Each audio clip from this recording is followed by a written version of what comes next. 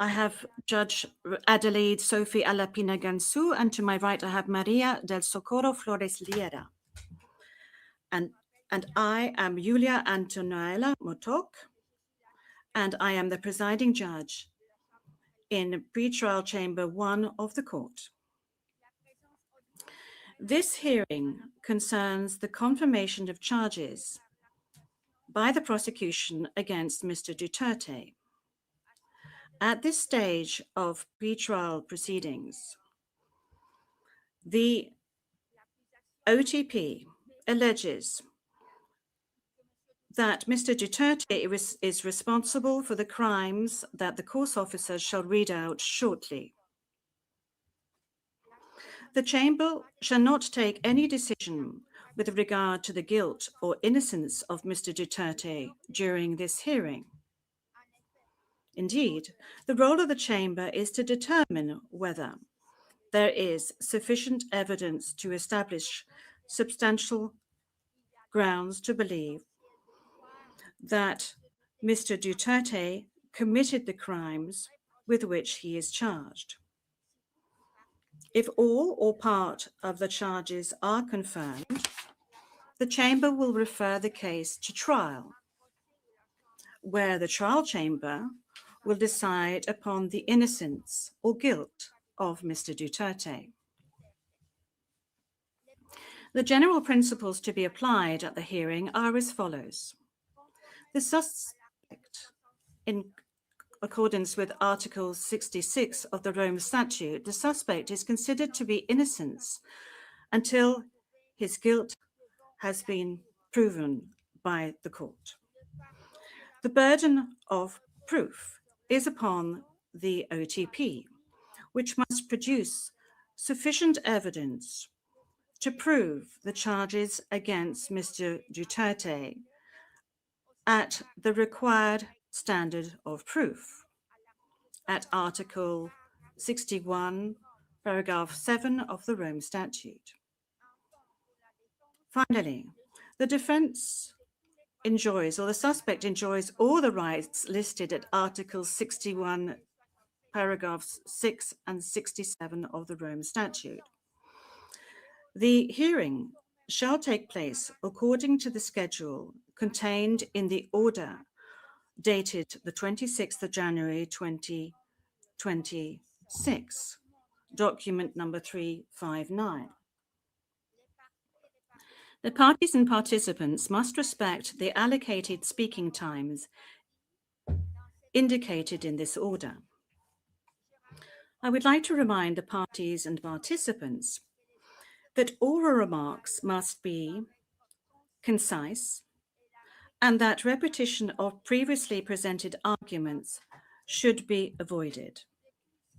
In addition, in order to facilitate the work of the interpreters and ensure the proper transcription of discussions, please make sure that your microphone is on every time you address the court. And please speak slowly and mark pauses between each sentence. Generally speaking, the hearing will be held in open session, and parties and participants will refrain from mentioning the names of victims and witnesses. They will only refer to them by their pseudonym or their code. In order to avoid the disclosure of any confidential information, notably with regard to witnesses and victims, the parties and participants will clearly indicate whether their submissions can be presented in public or whether they deem it necessary to move into private session, notably when referring to items of evidence.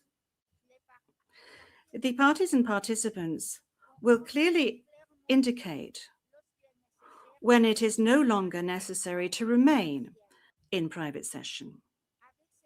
With these rules in place, we can now move to the reading of the charges in its shortened form, indicating the charges against Mr. Duterte.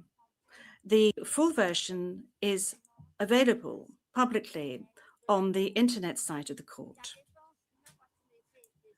The defense has not raised any objections in this regard. I would like to remind the public that the charges that shall be read out in a few seconds comprise allegations raised by the Office of the Prosecutor that the Chamber shall decide, that shall analyze in order to decide whether the evidence presented by the Office of the Prosecutor is sufficient in order for these charges to be confirmed. Madam Courtroom Officer, would you please read the charges?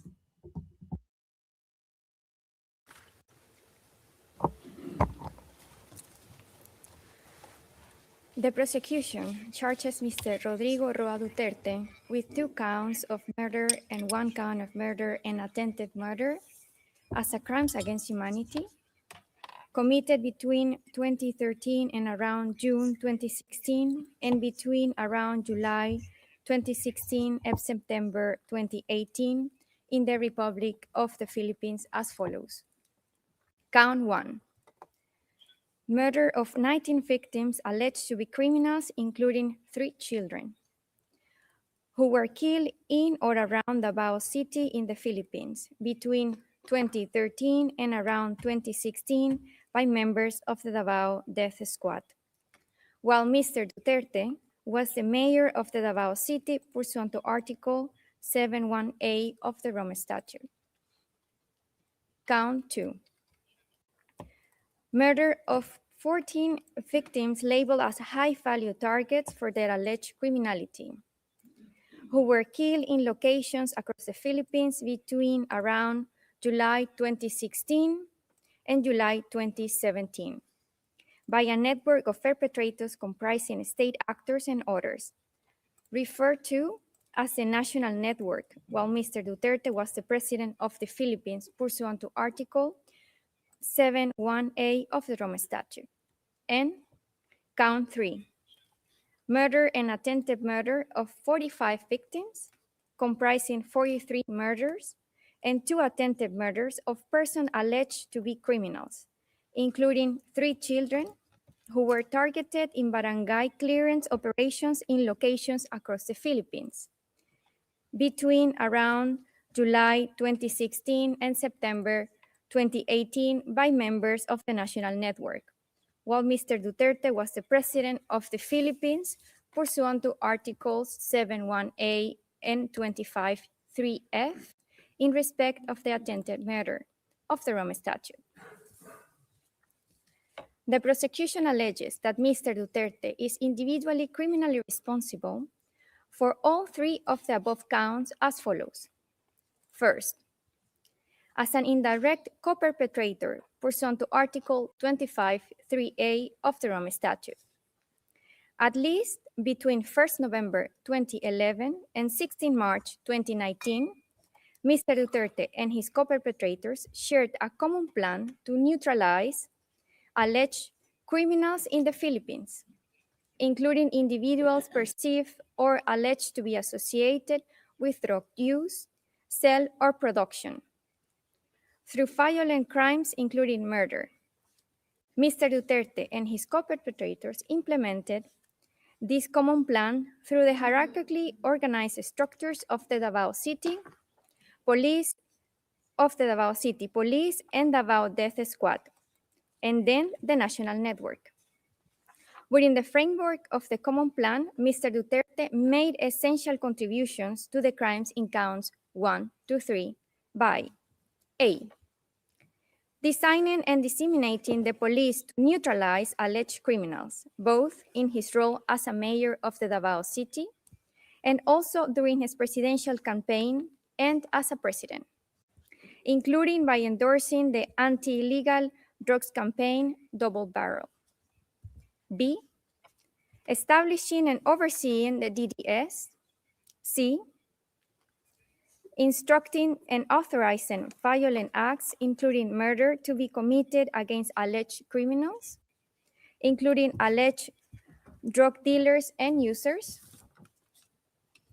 D, providing personnel and other necessary logistic resources such as weapons, including those to be used in the execution of the crimes. E, appointing key personnel to positions which were crucial to the execution of the crimes. F, offering financial incentives and promotions to police officers and hitmen to kill alleged criminals. G, creating and maintaining a system in which perpetrators knew they would be protected, including through promises of immunity and shielding perpetrators from investigation and prosecutions. H, making public statements authorizing, condoning, and encouraging killings of alleged criminals, both as a mayor of the Davao City and as a president of the Philippines. I, authorizing state actors to take part in the anti-drugs campaign and temporarily revoking such authorization, including to placate public outcry. J, publicly naming individuals and holding up charts from lists of alleged criminals, including so-called high-value targets, some of whom were subsequently killed. Second, in the alternative, Mr. Duterte is charged with ordering and/or inducing the charged crimes pursuant to Article 25(3)(b) of the Rome Statute, and/or aiding and abetting these crimes pursuant to Article 25(3)(c) of the Rome Statute.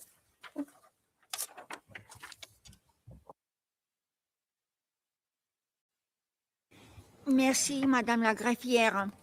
Thank you, Madam Courtroom Officer.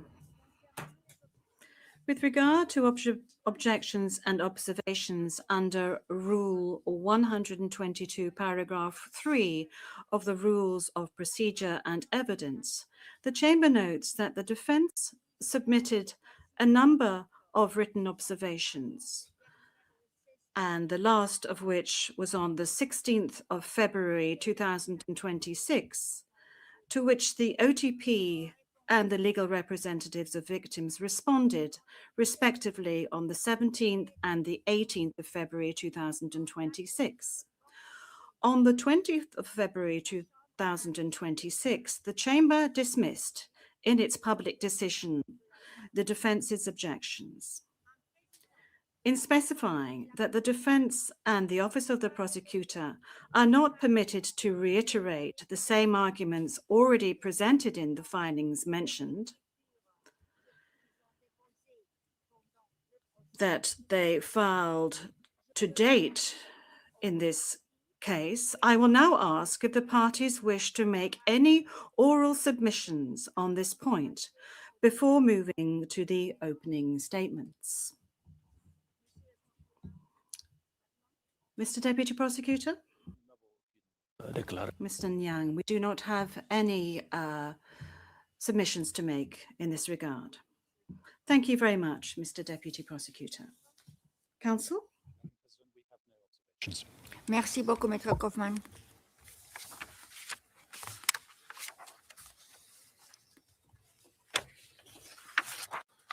Donc, on peut maintenant passer à la phase. So we can now move on to stage 2, namely the opening statements, and I hand over to the Office of the Prosecutor. Mr. Deputy Prosecutor, please. Madam President, honorable member of the bench, all those following these proceedings inside the courtroom and outside, and especially those in the Philippines. Today marks an important day for international justice for the people of the Philippines, for the victims, and for this court. The commencement of the confirmation hearing against Mr. Rodrigo Roa Duterte is a reminder of the court's unwavering commitment to its mission to investigate and prosecute individuals for the most serious crimes of concern to the international community and to bring justice to the thousands of victims of the mass crimes and atrocities perpetrated in the Philippines. It is also a reminder that those in power are not above the law. Your Honors, over the course of the next 20 minutes or so, I will provide an overview of the evidence in this case that demonstrates that Mr. Duterte is responsible for the charged crimes. And my team will then develop aspects of this evidence in more details. This case before you today, it is before you today because there are substantial ground to believe that Mr. Duterte is criminally responsible for those 3 counts of murder just spelled out and attempted murder as crimes against humanity. These charged crimes were committed during the time within the court jurisdiction, which is between the 1st of November 2011 and the 16th of March 2019. At first, they were committed in and around Davao City, where Mr. Duterte was a mayor, and then expanded across the rest of the Philippines when he became president. Mr. Duterte is charged with 49 incidents of murder and attempted murder of 78 victims, including children. These murders and attempted murders were part of a widespread and systematic attack that overall resulted in the killings of thousands of civilians across the country during the relevant time frame. Thus, the charged incidents are merely a fraction of the overall criminality that resulted from Mr. Duterte's so-called war on drugs. What is Mr. Duterte's core contribution? Your Honors, Mr. Duterte played a pivotal role in the commission of the charged crimes. His contribution was essential, as he was at the very heart of the common plan to use his words, to neutralize alleged criminals in the Philippines, including through murders. The victim included individuals associated with or perceived to be associated with drugs.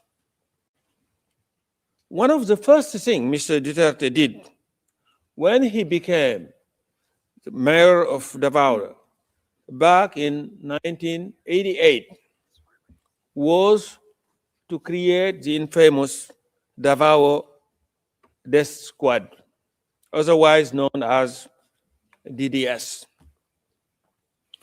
As you will have seen from the prosecution pre-confirmation brief, Mr. Duterte personally instructed Death Squad members that their mission was to kill criminals and suspected criminals, including drug users and dealers, also referred to as drug pushers.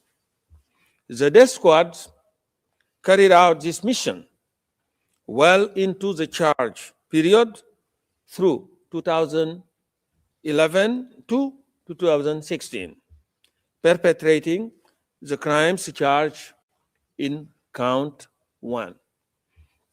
Your Honors, Mr. Duterte's criminal plan and his intent were no secret. He not only shared them with his co-perpetrators and members of the death squad, but also made them abundantly clear to the general public in the numerous public statements that he made time and again.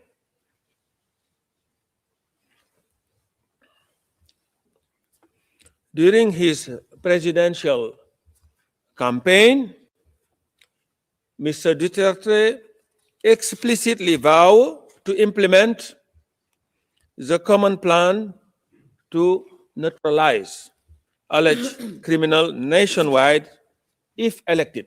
This was his program to be elected. He publicly announced his intention to eradicate corruption, criminality, and drugs in 3 to 6 months. And this is what he said. I quote, "If I become the president, I will order the military and the police to hunt down the drug lords, the big ones, and kill them." That's what he said. And this can be found at tab 12 of the prosecution list of material. Similarly, when speaking about druggies, I quote, in a televised interview in 2015, this is again what he said. "If I become president, you will all get wiped out. I will order your execution within 24 hours. That's what he said. That I quote directly from his word. And this quote can be found at tab 19.2 of the prosecution list of materials, ERN PHL OTP 401684, page 003, and these are the lines 82 to 83. And elected he was. And becoming president on 13th of June 2016, this provided him with the opportunity to follow through with his promise and to expand extrajudicial killings of alleged criminals beyond Davao and across the rest of the Philippines. He did this through the implementation of the National Anti-Illegal Drug Campaign, better known as Duterte's War on Drug, and its project, Double Barrel. These were carried out by the national network consisting of law enforcement personnel working together with non-police assets and hitmen. Mr. Duterte authorized murder and personally selected some of the targets. During the mayoral period, when he was mayor, his clearance was required for the DDS to carry out the killings. Essentially, members of the DDS needed Mr. Duterte's green light to murder. And during the presidential period, Mr. Duterte has continued to personally identify some of the targets, including by publicly naming those he claimed were involved in illegal drug trade or in other forms of criminality. He also identified targets by holding up a list containing their name. And if you are on the list, you will be killed. And this was a word of one prosecution witness. And this evidence can be found at tab 54 of the prosecution list of materials, ERN PHL OTP 000015486, page 0009, and the relevant lines are 260 to 261. Mr. Duterte provided moral and financial support to the direct perpetrators as well. In a 12 December 2016 speech, Mr. Duterte admitted that he used to ride around Davao on a motorcycle looking for trouble, so he could kill. And he said, and this again his own word I'm quoting here, in Davao, I used to do it personally, just to show the guy that if I can do it, why can't you? And these are his own words. And this quote can be found at tab 16.1 of the prosecution list of material, ERN PHL OTP 000015547 at 0002 lines 7 and 8. And the evidence show that Mr. Duterte's Davao City Mayor office provided some member of the DDS with a regular salary.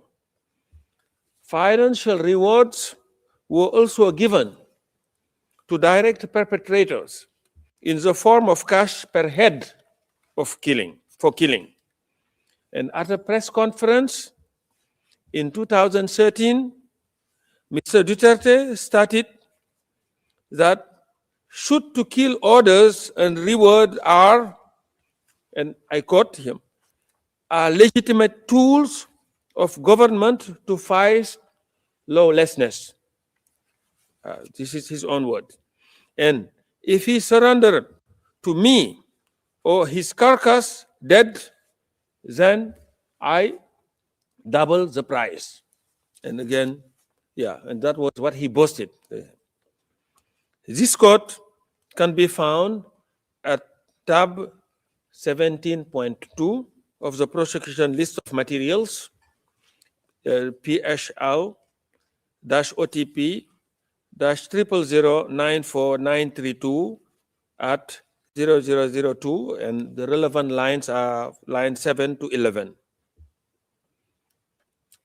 Deaths of drug personalities killed in anti-drug operation were endorsed by Mr. Duterte's administration and listed as official accomplishment in public reporting. Your Honors, as you will have a confirmation brief, Mr. Duterte also provided the direct perpetrators with weapons, ammunition, and logistical support to facilitate the commission of the charged crime. And he also had control, wide control over those crimes. And let me now turn specifically to that control. As mayor of Davao and later as president of the Philippines, Mr. Duterte wielded ultimate influence and authority over the physical perpetrators of the crimes. As mayor, Mr. Duterte was chief executive of the Davao city government, with responsibility for exercising general supervision and control over all its activities. He had formal operational supervision and control over National Police Unit in Davao. As creator and head of the DDS, he also had de facto control over the death squad's members. When Mr. Duterte became president, on the 30th of June 2016, he sat at the very apex of the political power structure in the Philippines. He became the head of state, head of government, and commander-in-chief of all armed forces of the Philippines. He also became the leader of the country's police forces. This level of authority allowed him to wield de jure and de facto control over those implementing the common plan nationwide. Mr. Duterte's control over the crime is also apparent from his ability to interrupt their commission when he so chooses. And as outlined in our reconfirmation brief, he successfully suspended police anti-illegal drug operation on 2 occasions following public outcries in response to particularly notorious killings. On both occasions, the number of reported killings dropped significantly during the suspension, showcasing his control. So when he asks people to act, they act. When he asks them to refrain, they do so. So they oblige. So Mr. Duterte was well aware of the authority he had over the perpetrators. In a speech given to the National Bureau of Investigation in November 2016, he expressly acknowledged his position of power. And this is what he said. To the military, I am commander-in-chief. On the civilian side, I am the chief executive of the government. And when talking about the police, this is what he's saying. They are my subordinate, and I am ultimately responsible for their deeds.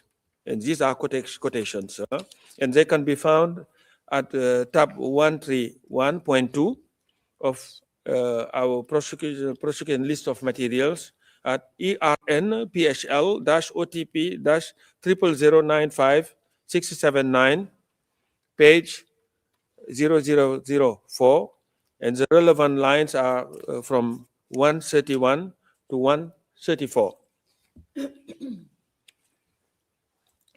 And the direct perpetrators complied with Duterte's order and respected his authority.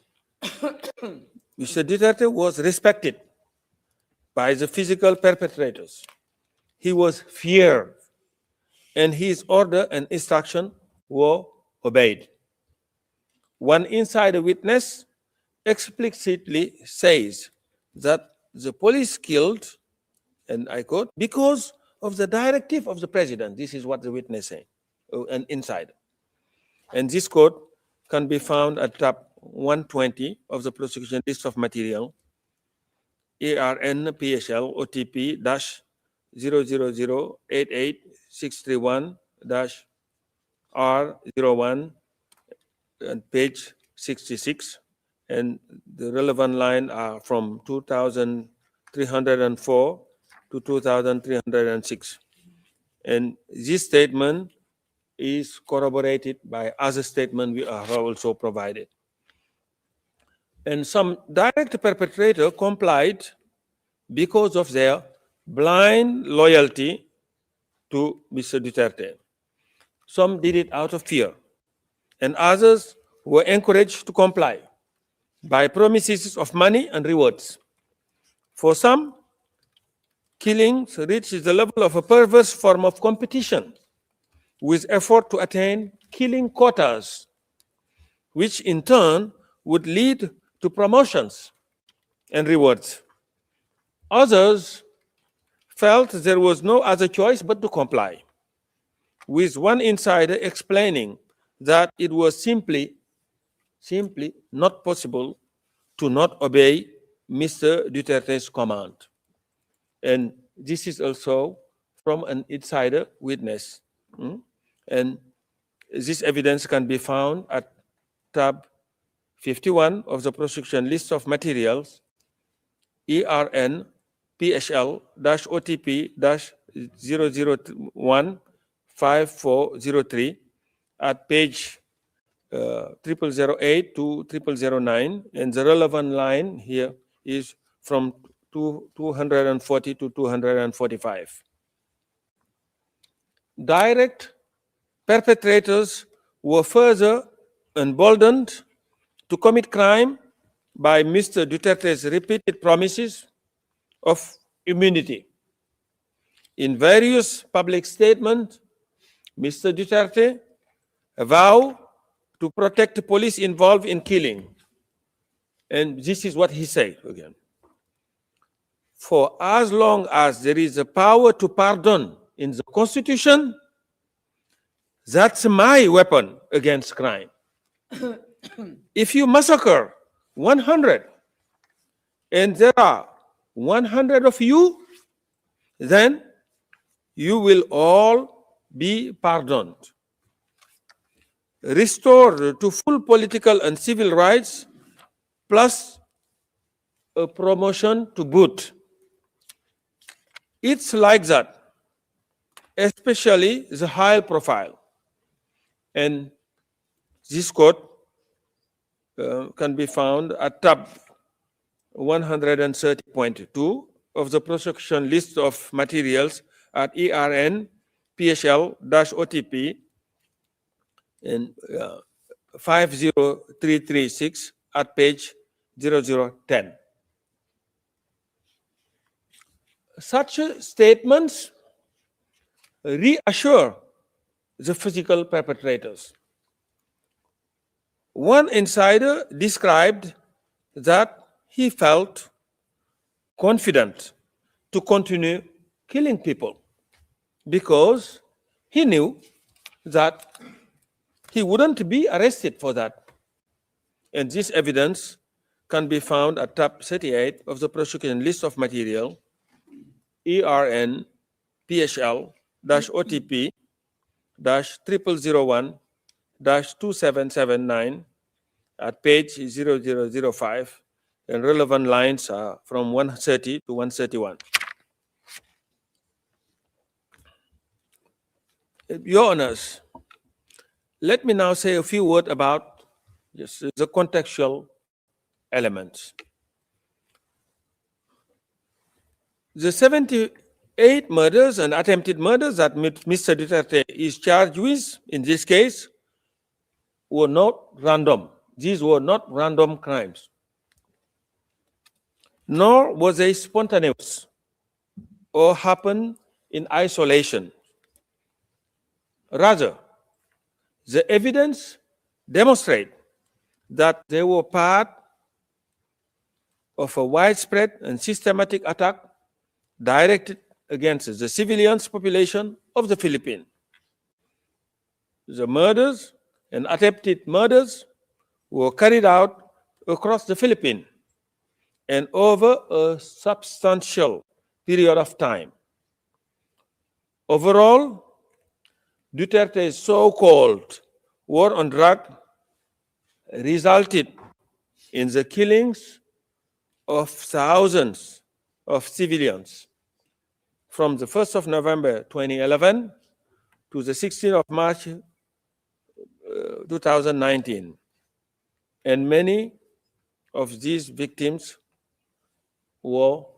Excuse me, counsel, you have 5 minutes left. Okay. Yes, were children. The victim of extrajudicial killing charge in this case were brutally murdered, some after having been abducted and mistreated. Unlike Mr. Duterte, who is represented by his counsel here today, they were deprived of any form of due process. The loss of every single one of these victims had the most profound impact on their families, their friends, and ultimately their communities. Their suffering was met not merely with Mr. Duterte's indifference, but with his mocking. In a 25 July 2016 speech, he expressly made fun of the iconic photograph portraying the partner of an extrajudicial killing victim cradling his body, which now visible on our screen. While the specific incident portrayed in this photograph is not charged in this case, Mr. Duterte's comment on it is demonstrative of his attitude towards the victims. In reference to this photo, Mr. Duterte, this is what he said. Those of you who are still sober, those who haven't tried illegal drugs, if you don't want to die or get hurt, don't rely on the priest, including human rights advocate. They won't be able to prevent death. So, don't do it. And then there you are, sprawled on the ground, and you are portrayed in a broadsheet like Mother Mary cradling the dead cadaver of Jesus Christ. That's how they are creating dramas here. This is what he said. And this quote can be found at tab 128 of the prosecution list of material at ERN-PHL-OTP-50335, page 0008. And of course, the question of whether Mr. Duterte had knowledge and intent, of course, goes without saying. Your Honors, Mr. Duterte intended and knew that the charged crime were occurring, or that they would occur in the ordinary course of events that he had set in place and put in motion. His intent and knowledge are shown by the multiple statements he made throughout his mayoral and presidential tenure, promising to reduce crimes by killing alleged criminals, promoting the common plan, and urging police and even members of the public to kill alleged criminals. As detailed in the prosecution pre-confirmation brief, and as Your Honor will hear in the course of my team's presentation, Mr. Duterte also made statements directly acknowledging allegation of extrajudicial killings by his subordinates and issued a written order showing he knew about the crimes they committed. Your Honors, the prosecution relies on significant and varied sources of evidence to demonstrate that substantial ground exists to believe that Mr. Duterte is criminally responsible for the crimes. This evidence includes multiple witness statements, including insider witnesses. It includes many speeches of Mr. Duterte himself, as well as the statement of his co-perpetrators. It also includes orders and other documents signed by himself. The prosecution further relies on official government documents, including material from the Philippine National Police. It relies on drug watch lists, on audio and video material, as well as on forensic and financial evidence. Your Honors, during the prosecution's subsequent presentation, my colleague will elaborate on some of these core evidence in more detail. Mr. Nichols will give a presentation on Mr. Duterte's background, followed by an overview of the evidence demonstrating his responsibility for the crime charged in count 1. This will be followed by the presentation of Mr. Jeremy behind me, who will speak about the evidence demonstrating Mr. Duterte's responsibility as president for the crime charged in count 2 and 3. And Ms. Croft, on my left, will then elaborate on the contextual element of crime against humanity and the mode of liability through which Mr. Duterte is responsible for the crimes alleged in this case. And to conclude, Madam President, Your Honor, while this court cannot reunite victim with their loved one, it can help reveal the truth about what happened to them and bring a sense of justice to the victim. The charges before you today are serious, and the evidence submitted require their confirmation. And Mr. Duterte must be held to account, and this case should be confirmed for trial. I thank you very much. Merci beaucoup, Monsieur. Thank you very much, Mr. Deputy Prosecutor. Now we are slightly in advance on our schedule. I will now hand over to the legal representative of victims for her opening statements until 11, and then after that, you shall continue. Please proceed, ma'am.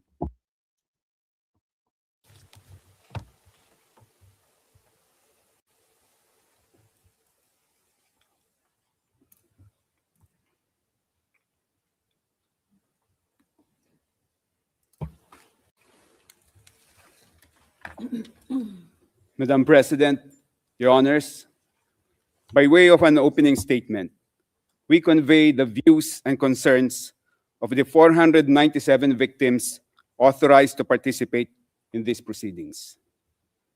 At the outset, Your Honors, we communicate the very deep disappointment of the victims at the decision allowing Rodrigo Duterte not to be present in this stage of confirmation of charges.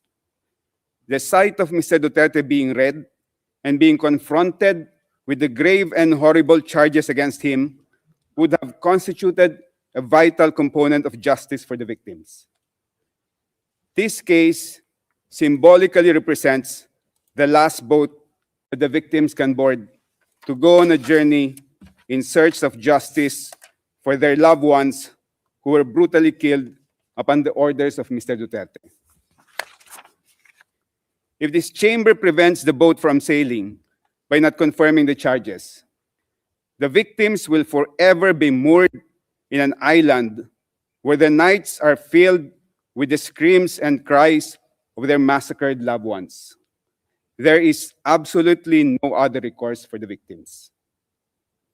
No less than former Philippine Justice Secretary Crispin Remulla admitted just a few months ago that the door to domestic justice is permanently closed for victims of the Duterte extrajudicial killings.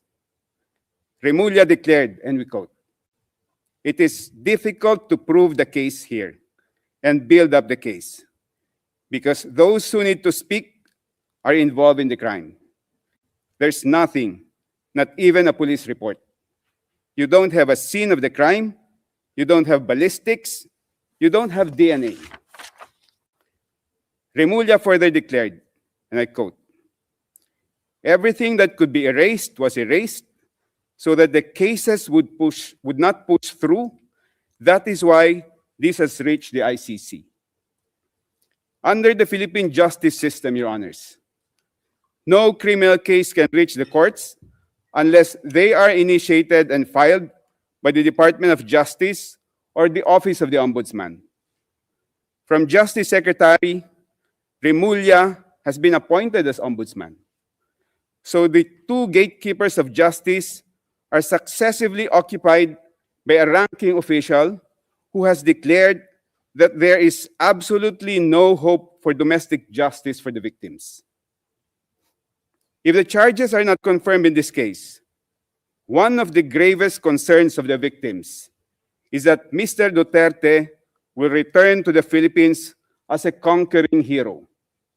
He will resume preaching his gospel of impunity. In fact, if Mr. Duterte could threaten to slap the judges of this court, which he did while he was president, this chamber should imagine the kind of terror-filled threats and the violent actions that can easily be used against the victims if the suspect walks free from this court.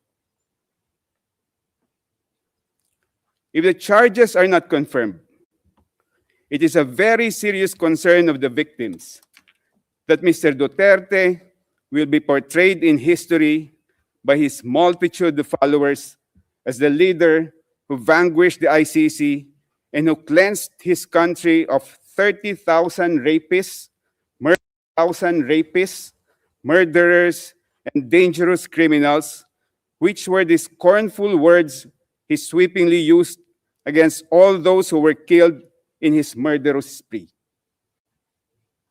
Your Honors, Mr. Duterte has been in detention here in The Hague for almost a year now, but there has been no peace and rest for the victims. From the time their loved ones were killed and continuously up to this time, they lived in constant fear for their lives. The arrest and detention of Mr. Duterte has not stopped impunity in the Philippines. The virus of impunity that he spread all over the country has become a cancer that has metastasized, infecting millions of Filipinos. Mr. Duterte has created clones of himself.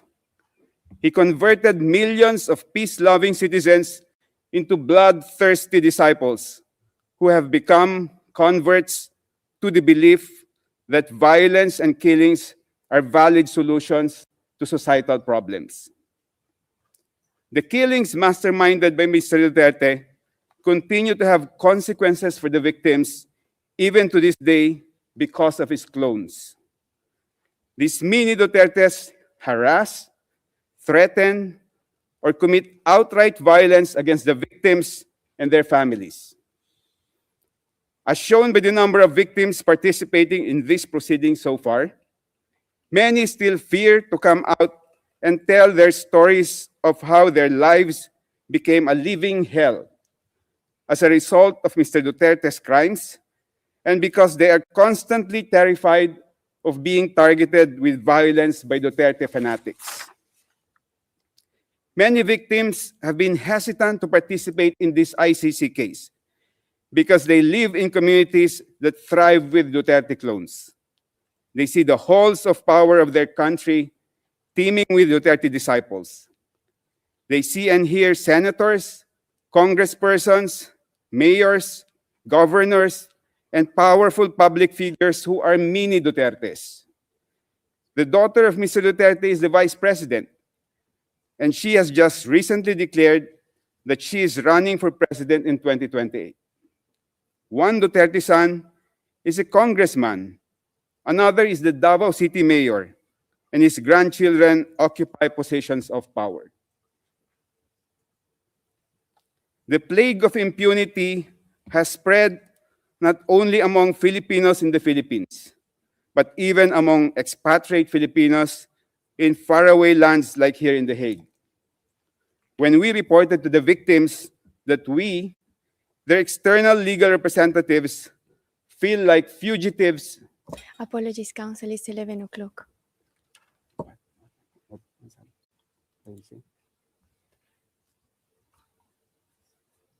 When we reported to the victims that we, their external legal representatives, feel like fugitives who avoid our own countrymen here in The Hague,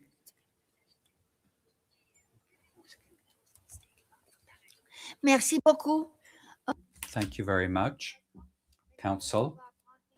We will now take a half-hour break as provided for in the schedule, and you shall resume your remarks at 11:30. These are the rules that are set in the schedule, which was set in paragraph 18 of the decision.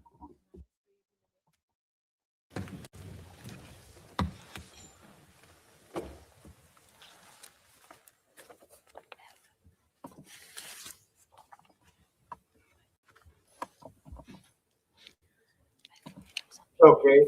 Hello. How's the audio?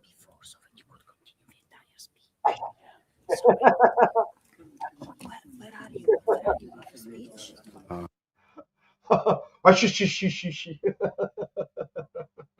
Walang iya. Hello. Hello, mga friends. Can you hear me now? Can you see me? Hindi pa tapos. Sige, magkagtawa, oy. Uy. If you ever wanted Uy, mano tayo dyan? Hold on. Okay, mamaya. Okay. All right. Okay. There will be a 1-hour break. Okay. Hold on. I-share ko na lang muna sa inyo ito para maintindihan ninyo, no? Kasi hindi ako nakapag-monologue kanina on how the hearing will be conducted. Okay? So, ito i-share ko to. Saan ba? What the fuck? Sorry nandito yung schedule. Teka. Okay. Wait lang kayo dyan kasi hindi pa tapos yan, no? We have to hear the defense. Yung defense counsel, si Attorney Kaufman will be speaking next. Okay? He will be speaking next. Ito yung schedule, okay? Okay. Teka. There you go. Okay. Teka. Okay. Alright. Okay, ito. Nakikita nyo na? Okay. Tatanggalin ko muna yung comments. Okay. So this is the first day of the hearing.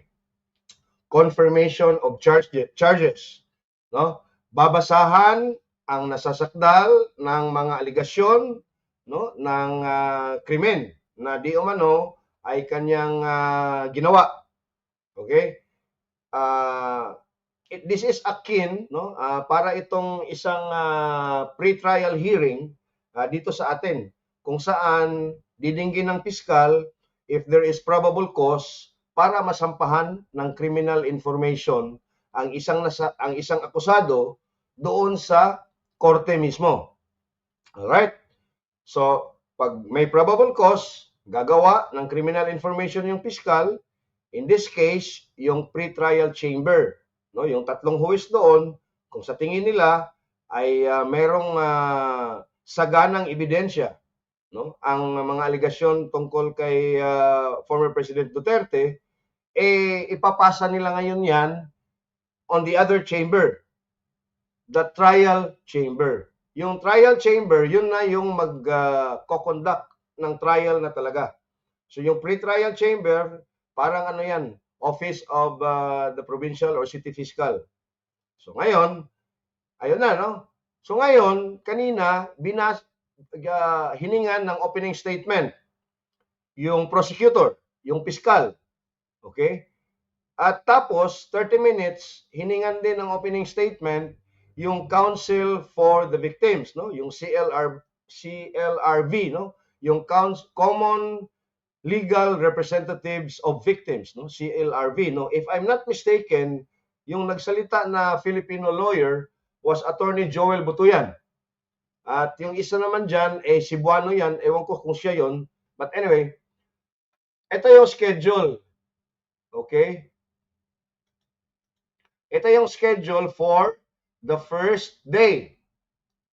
First day ngayon, February 23. 4 na hearing days between February 23 and February 27. Walang hearing on Wednesday. So ang hearing is ngayon, Martes, Huwebes at saka Biyernes. Ito yung schedules. Okay. Monday, 23 February 2026, first session, 10 to 11. No, alas 10 kasi ngayon sa The Hague, no, sa the Netherlands, alas 10 ng umaga. At nag-alas 11 na ngayon, so nag-terminate na yung first session of the first hearing day. 10 to 11, ito yung schedule nila.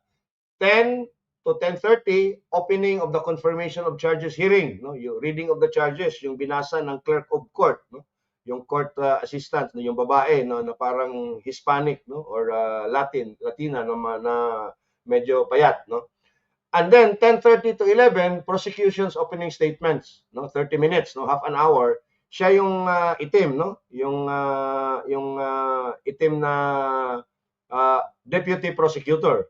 Kasi nga wala si Karim Khan, suspended. Now,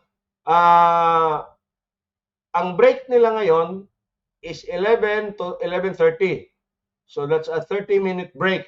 No, mamaya after 30 minutes, 7 o'clock na dito sa atin, now it's 6:37, magre-resume sila, no? Yung second session is 11:30 to 12, no? CLRV's opening statements, yung common legal representatives of the victims, 30 minutes. Pero ayon nga doon kay Judge Mutok, yung babaeng puti, no? Parang na-advance daw, no? Na-forward yung kanilang schedule. Kasi nga, kanina, natapos na yung CLRV. So natapos na yung prosecution at natapos na rin yung victims.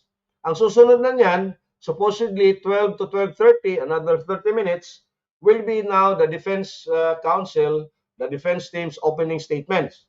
So 12 to 12:30 yan sana. Pero na-forward yung schedule, so magiging 11:30 to 12 na yan. So mamaya yung 7 to 7:30. Pagbalik nila, pag-resume nila, yung defense team na, si Attorney Kaufman. Now, pagkatapos ng opening statements, no, magbe-break na naman sila. 12:30 to 1400 hours, 12:30 to 2 o'clock, 90-minute break, no? 1 hour and a half. Lunch break siguro, no? And then, merong pangatlong session sa hapon, yung alas 2 hanggang alas 3, no? Ito na yung submissions on the merits, no? 1 hour sa prosecution. So, ibig sabihin, magtatapos ang first session ngayong araw na to, February 23, on the prosecution submissions on the merits, no? This is not the submission, meaning na nagsasubmit ka ng dokumento in front of the judge. This is submitting your oral arguments, no? Oral submissions ang tawag dyan. Parang kanina rin, yung nagsasalita siya, ina-outline niya ano yung kanilang framing, ano yung kanilang mga argumento, ebidensya, at kung ano-ano pa, no? Para to prove that there is indeed probable cause na the accused, Rodrigo Duterte, has indeed committed crimes against humanity as stipulated in that article of the Rome Statute. So, 1 hour yan. 1 hour. So, bukas, Tuesday, February 24, the same time pa rin, no? Mag-uumpisa sila alas 10, pero may 30-minute delay. So, instead na 5 o'clock kasi, 7 hours yung pagitan between the Netherlands and the Philippines, mag-uumpisa at 5:30, no? Kasi delayed ng 30 minutes. So, first session, ganun pa rin, 10 to 11, pero magla-live tayo as early as 5, no? Baka wala nang delay at ma-live stream nila kaagad, no? Online. So, 10 to 11, another 60 minutes bukas, no? So, 2 oras. 1 oras ngayon at 1 oras bukas yung prosecution submissions on the merits. Pero, kasi nga nag-advance sila ng 30 minutes, baka ubusin na ng prosecution yung 2 hours nila ngayong araw na ito for their submissions. So, ibig sabihin, bukas, yung submissions na lang ng victims and then the defense. Pero, second session nila, at 11:30, this is Netherlands time, meron pa palang another 30 minutes. So, 2 hours and 30 minutes pala ang submissions for the prosecution. And then another 30 minutes sa victim side. So, ngayon pala at bukas, puro prosecution and victim side lang, no? In the morning, this afternoon and in the morning. And then, mag-break sila ng lunch, no? 12:30 to 2. Mag-resume sila ng 2 to 3.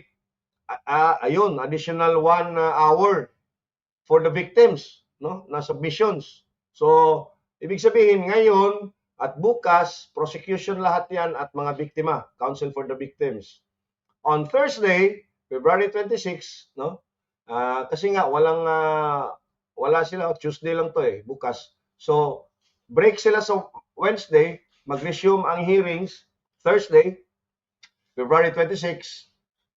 Ito na, mag-uumpisa na, no? 10 to 11, yung defense submission, 1 hour, 30-minute break, magre-resume for another hour, defense submission ulit, and then mag-break ng 1.5 hours, and then 2 to 3 defense submissions pa rin. So, ibig sabihin, 3 hours, no? Bali, total of 3 hours ang gagawing submissions ng defense team on Thursday.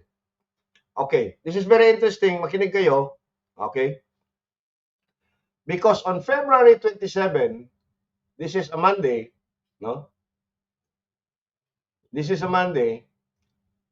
I mean a Friday, sorry. On Friday, the last day of the confirmation of hearing, a series of confirmation hearings, first session, defense submission pa rin, no? So 3 hours na pala and 30 minutes.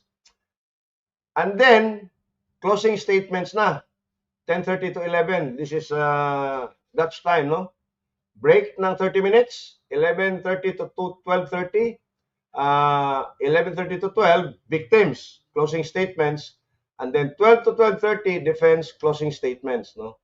So 12:30 to 2, break, 1.5 hours.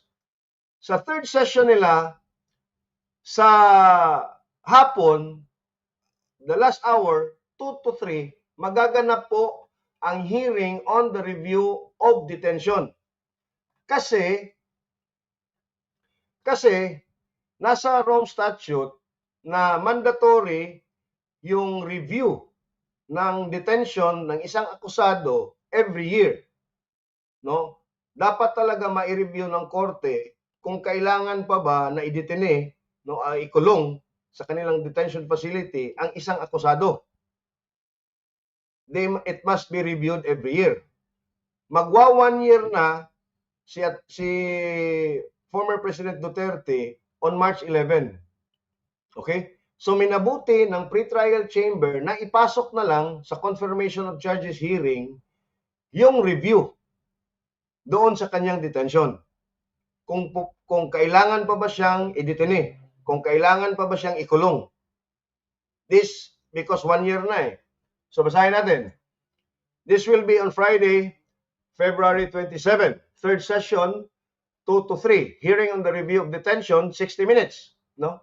The above schedule is subject to change if warranted by developments in the proceedings as deemed necessary by the chamber. No? So hindi ito set in stone. Pwede pa yung ma-change. No? Halimbawa, may mga changes doon sa presentation of their submissions. Baka ma-delay or baka ma-forward. No?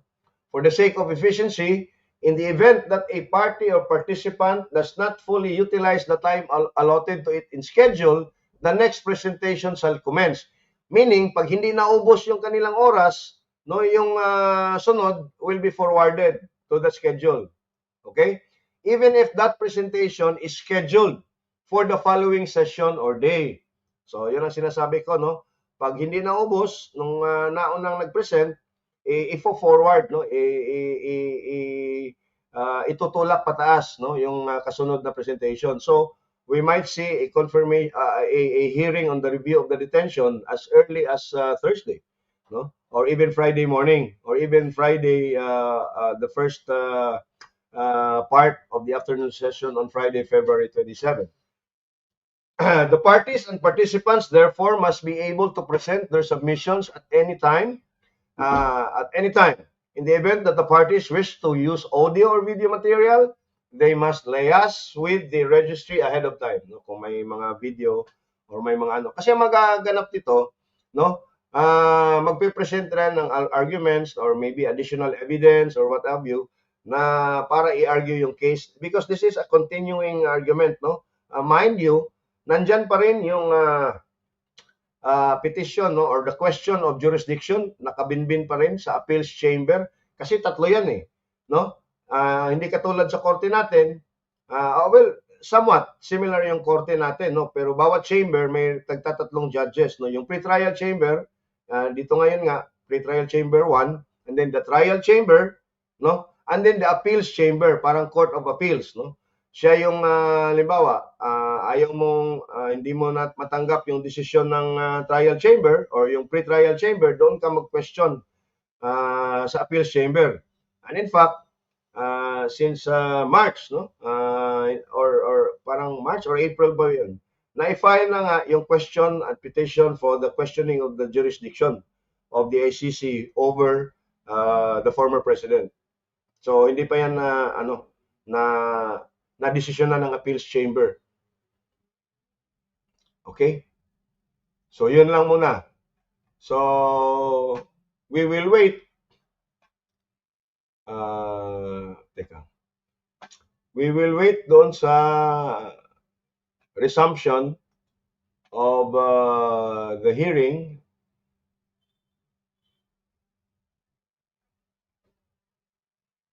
Ito na. Ito. Okay? So this will be 30-minute break and then there's going to be a resumption mamaya. So antayin natin to. Ito yung Ito yun, no?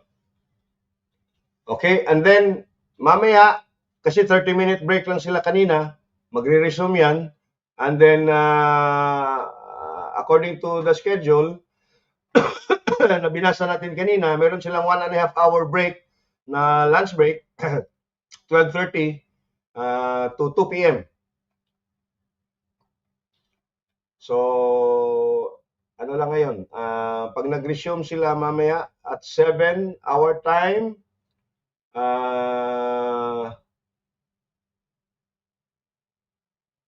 right? No, okay, so 7, they will be back at 7 Philippine time. And then 1 hour, no?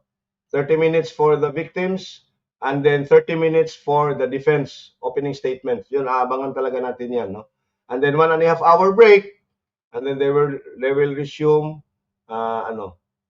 by 2 p.m. Dutch time, which is around ano na ba yan? 7, 8, and then 9, 10, around 11 na ata yan, 11:30 mamayang gabi, no? So magpupuyatan pala tayo ngayon. Magpupuyatan pala tayo, mga parts, no? So anyway, ito aantayin ko, dyan na lang muna kayo kasi naka-live yan. Pag nag-resume yan, automatic yan mag-live. Titimpla lang muna ako ng kape. We still have 10-15 minutes. And then mamaya, pag yung longer break nila 1 hour and 30 minutes, mag-end live ako and then mag-resume ako ng live pagka nag-resume sila after 1.5 hour. Okay? Yes. Alright. So ano ba yung take natin kanina, no? Kanina, yung narinig natin yung mga charges, no? Ay wala na tayong narinig na bago. No? Halos lahat ng sinasabi nitong prosecutor ay parang yun na rin ang sinasabi ni Trillanes eh. Yun na rin ang sinasabi ni Las Cañas eh. Yun na rin ang sinasabi ni Matobato eh. 'Di ba? Pero what is interesting to me is yung counsel for the victim, si Attorney Butuyan. Because I don't know ako hindi ako abogado. I saw a legal loophole doon sa kanyang argument. Kasi sabi nung ni Butuyan, no, even the highest official of the two most important judicial agencies, no, yung Ombudsman at Department of Justice na si Boying Rimulya, who at one time became the DOJ Secretary at naging Ombudsman na ngayon, kinote pa niya at sinabi niya na hindi raw pwedeng i-prosecute si President Duterte kasi daw all the evidence has been erased. Walang gustong magsalita. Walang police report. Walang autopsy report. Now, pag yun ang sinabi niya, how can the ICC now ground its case kung wala namang police report, autopsy report, official police report, official whatever, ano ngayon yung mga ebidensya na basihan nitong mga akusasyon na ito? Saan galing ito? Saan galing yung mga ebidensyang sinasabi nila? Saan yung link, no, na itong si PRRD ay may direktang orders, utos doon sa mga perpetrators? Meron bang concrete evidence na this has been a state policy during Digong's time as mayor and as president? Meron bang memo? Meron bang audio tape? Because their argument again will never withstand legal scrutiny. Ang sinasabi ng prosecutor, kinukot niya yung mga statement, public statements ni Duterte. Papatayin ko kayo. You will have 24 hours. I will eradicate you. Saying something is not equivalent to doing it. You have to prove to the judges and to the court, no, na ginawa niya talaga kung ano man yung sinabi niya. Dito ngayon sila maaalanganin. Kasi if they are to present evidence who cannot stand legal scrutiny, talagang basura yung mga kaso nila, because again, we believe, no, na hindi talaga tatayo yung mga ebidensya at mga argumento nila. Hindi yun tatayo talaga. So there is, I think, kung yun lang ang kanilang argumento at yun lang ang specific cases na sinasabi nila at inamin pa ng isang counsel for victims na walang police reports, everything has been erased, no? Walang kung ano-ano mang ebidensya dahil kaya nga hindi ma-prosecute sa Pilipinas. Yun ang kanyang rason. Kaya daw, ang ICC na ang mag-prosecute. Putang ina, meron bang investigador ang ICC? Meron bang police ang ICC? Meron ba silang mga forensic na authorized by our courts? Di ba? Matatanggap ba yan na yung sila mismo, ang prosecutor, ang nag-imbestiga?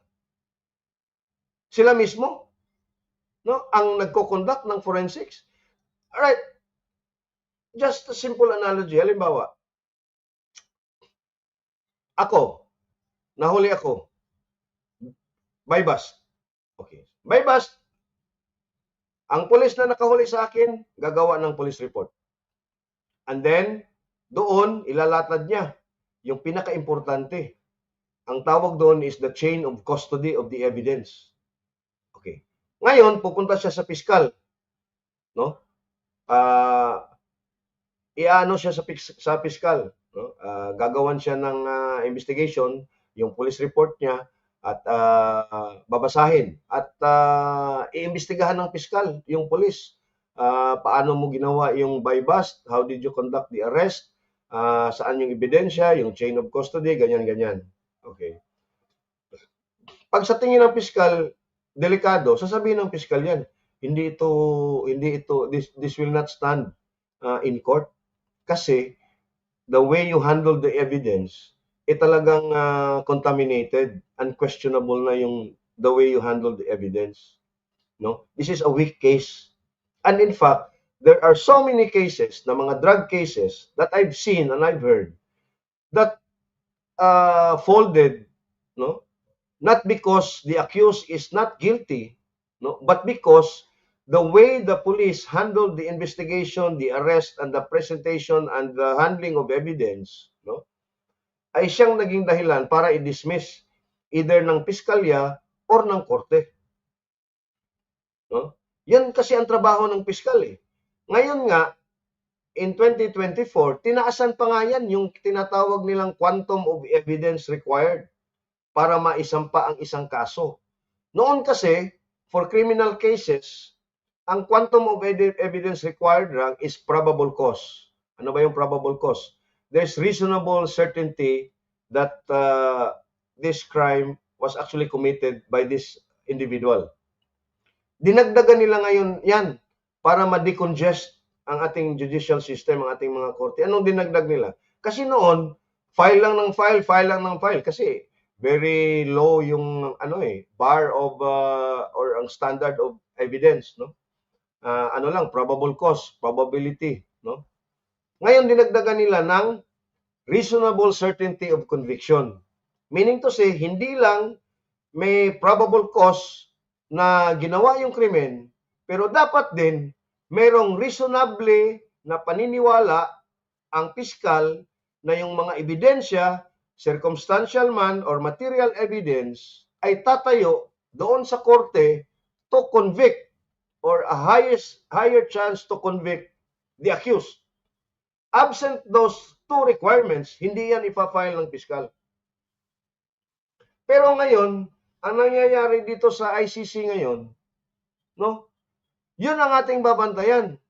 Saan ba galing yung mga ebidensya na kanilang gagawing backup sa kanilang mga akusasyon? Saan ba galing at sinong nag-handle and how was it handled? Yung mga ebidensya, yung mga testimonya, no? Paano hinandle ng prosecutor?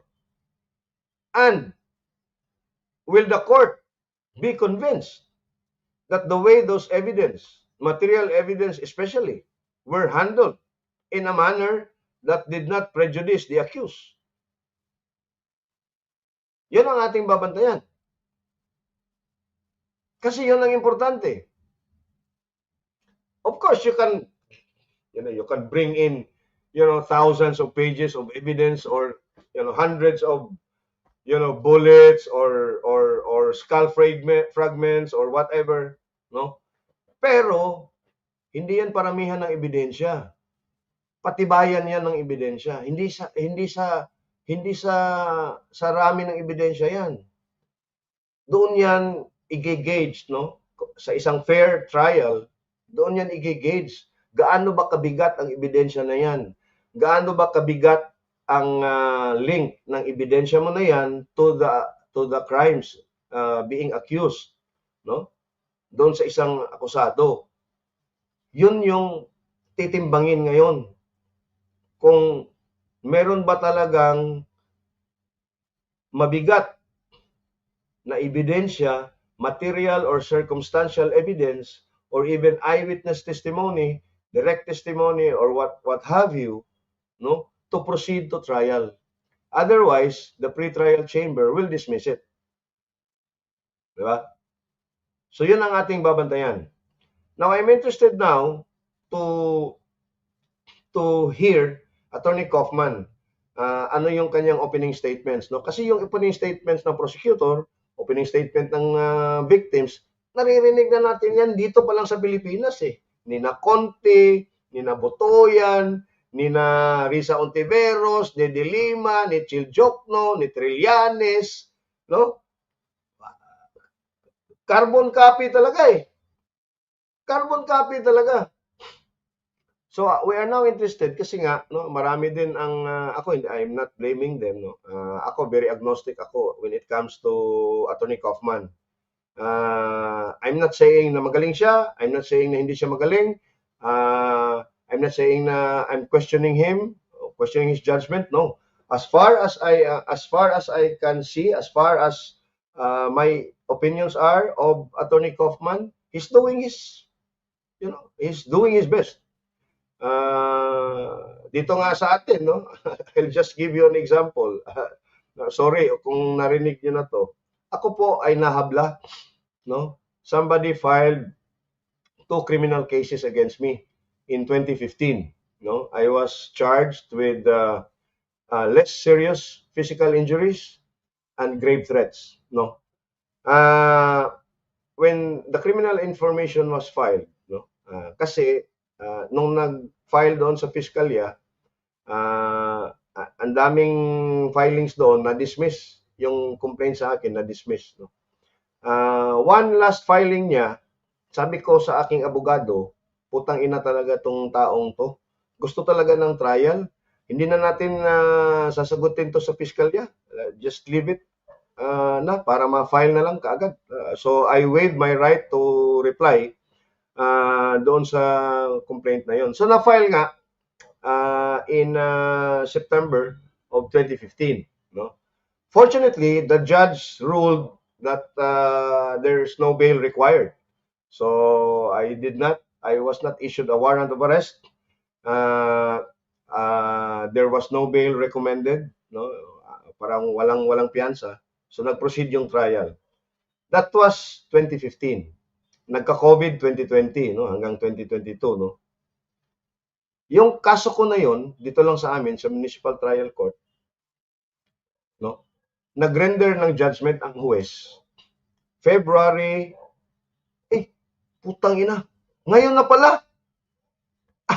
Anniversary. February 24 or 26, 2024.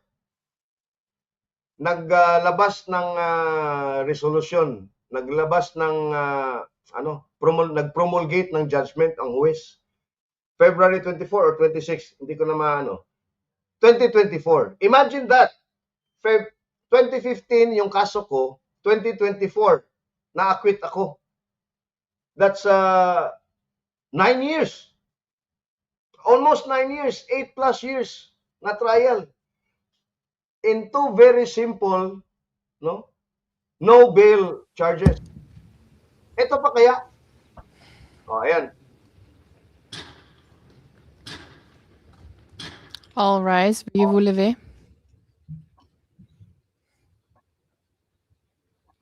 All right. Let's go.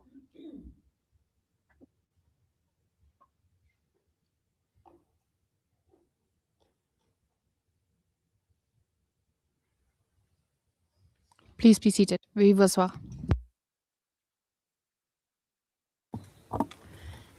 Bonjour. Judge Motog. Hello again. Counsel, you can continue because we were interrupted by the pause. Over to you, legal representative for victim, please. Thank you, Your Honors. I was in the process of explaining the spread of impunity in the Philippines, and I will resume, Your Honor.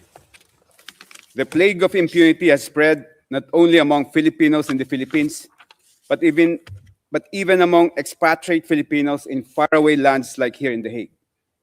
When we reported to the victims that their external legal representatives feel like fugitives who avoid our own countrymen here in The Hague because chances are they are Duterte clones, they express their utmost concern that if we, their lawyers, feel threatened by mini Dutertes in a foreign country, we should imagine the far more intense fear they live with every day in their communities teeming with mini Dutertes. The victims also wish to convey that if the judges of this honorable chamber can be subjected to online harassment by Duterte clones, we should imagine the level of vulnerability the victims are exposed to in their poor villages. Your Honors, there is only one solution to stop the impunity propagated by Mr. Duterte from continuing to bring harm and suffering to the victims. And that is for this honorable chamber to confirm the charges so that witnesses can testify and evidence can be presented on the horrible crimes committed by Mr. Duterte. The testimonies and evidence presented will inoculate these mini Dutertes from the virus of impunity that has infected them. When they will see and hear the utter cruelty, the sheer brutality, in other words, the brazen inhumanity of the crimes committed by Mr. Duterte, and the humanity of those whose lives were violently taken, it will rekindle the embers of humanity that still remain in their hearts. Many of these mini Dutertes or Duterte clones are actually victims of massive doses of fake news widely circulated online. They need to be vaccinated with the truth, and the truth vaccine can only come from the testimonies of witness of victims and evidence presented in a trial before this court. Truth is the antidote to the virus of impunity, Your Honors. The victims dread a future where charges are not confirmed in this case. It will mean that the virus of impunity will continue to spread and infect many more. Victims fear that Duterte clones will become an even bigger group that can elect another apostle of impunity as the Philippines' next leader. If that happens, an even more serious condition of impunity can take place in the Philippines, possibly worse than the orgy of violence that happened from 2011 to 2019, and this time there will be no ICC to run to for assistance and help. The victims humbly beseech this honorable chamber to reaffirm the two crucial objectives of the ICC identified in the preamble of the Rome Statute. First, to prosecute and punish the most serious crimes that deeply shock the conscience of humanity.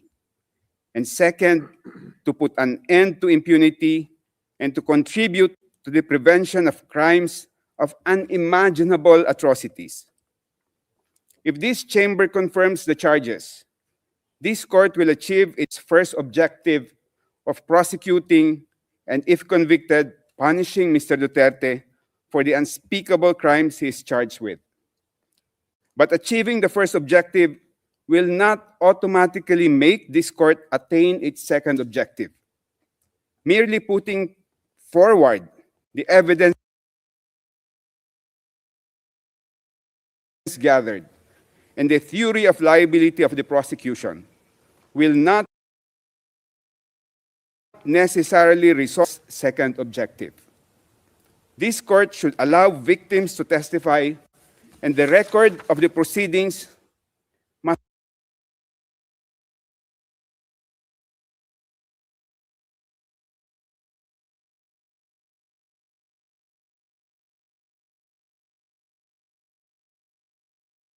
reflect the harrowing experiences of those impacted by against humanity.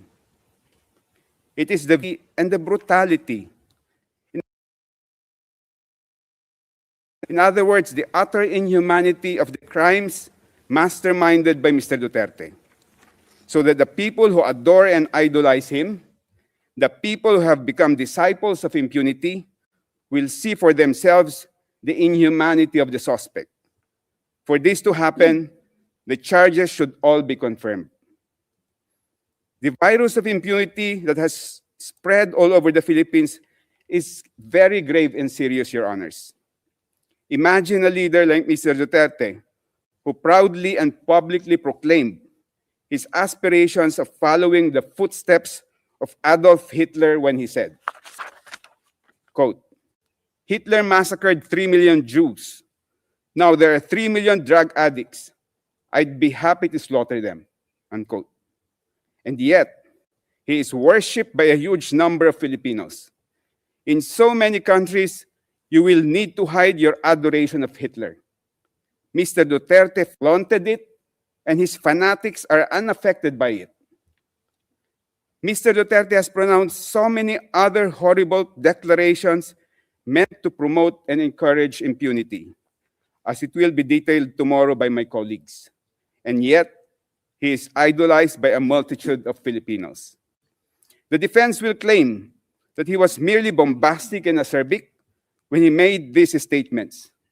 But if he were merely being pompous and flippant, the people who were killed should be alive and laughing today at his supposed pranks and stunts. Mr. Duterte did not only order the mass killing of people suspected of being drug personalities, Your Honors. He smeared them with accusations of being rapists, murderers, and dangerous criminals. Mr. Duterte imposed an inflexible condemnation that if you are a drug personality, you are automatically a dangerous criminal who has engaged in unimaginable atrocities. The families of those killed did not only suffer the loss of a loved one, their families were even disgraced with being associated with a rapist, murderer, or dangerous criminal. Even after their loved ones were murdered, many families were subjected to deplorable injustices. Instead of gunshot wounds as cause of death in their death certificates, families were shocked to see pneumonia, heart attack, stroke, sepsis, and other false causes of death that were instead written down. Other families were charged substantial amounts, sums the impoverished families could not afford, just to retrieve the bodies of their loved ones from the funeral parlor who were suspected by the families of being in cahoots with the police officers. Some family members were even arrested and imprisoned by police officers on false charges and for the purpose of preventing them from complaining. In one particular incident, Your Honors, a young man and his common-law wife were sleeping in their shanty when men in civilian clothes knocked down the door to their house. The men dragged the wife out of the room. The husband was already surrendering, and he even started to strip naked to show he had no drugs or firearm on his body. He said in the Filipino language, "Sir, malinis po ako, maghuhubad ako, sir." Translation in English, "Sir, I am clean. I will strip naked, sir." Still without mercy, the men shot and killed him. After killing the husband, they arrested the wife and accused her with falsified and non-bailable charges. When the deceased mother and cousin went to the police station to find out what happened to the young man, because they were not in the scene of the crime when it happened, the two were also summarily arrested and charged with fabricated crimes. If the Honorable Chamber confirms the charges in this case, the witnesses and evidence will show that those who were smeared by Mr. Duterte before they were killed, they were inside their houses, sleeping peacefully with their families, eating meals with their loved ones, playing with their children, or hugging their wives. Others were merely walking along the street, having snacks at the roadside eatery, or plying the road, earning a poor man's living. They were all doing ordinary, peaceful, and plain human activities. Confirming the charges will restore the dignity of those who were killed and the honor of their families. The prejudice suffered by the families of those killed did not begin and end with the killings of their loved ones. Each killing set off a chain reaction that is continuously churning out a daily crucible of harm, damage, and loss. By masterminding the mass murder of mere suspects, Mr. Duterte has brought irreparable and endless harm to the families.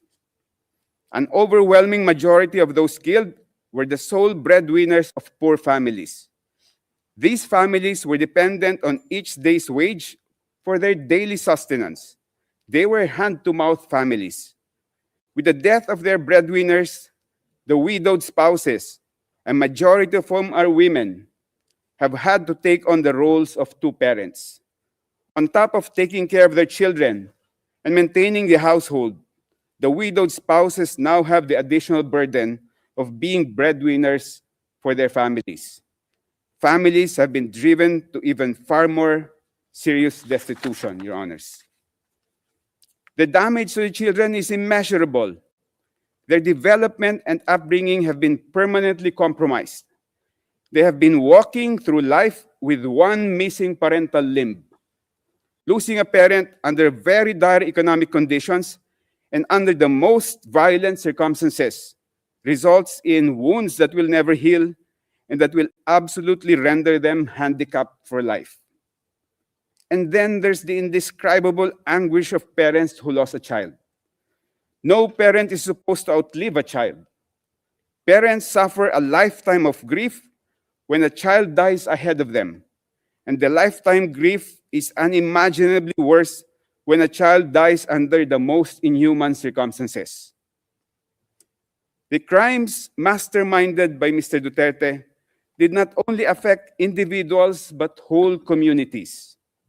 Across the Philippines, numerous urban communities of the most impoverished villages were scarred by the violence and abuses wrought by a lawless anti-drug campaign that further worsened the misery and trauma of residents in marginalized communities.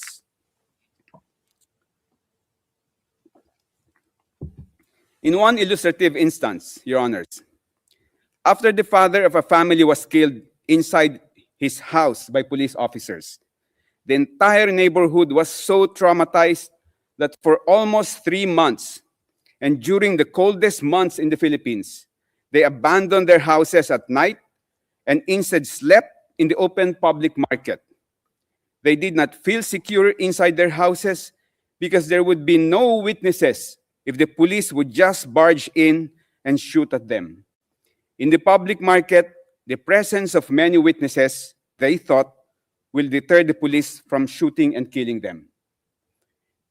It is also the victim's view, Your Honors, that the charges should be confirmed because the resulting presentation of witnesses and evidence during the trial will force police and other law enforcement officers to confront the brazen depravity of the killing of civilians that they either personally committed or allowed to be committed during the Duterte reign of terror.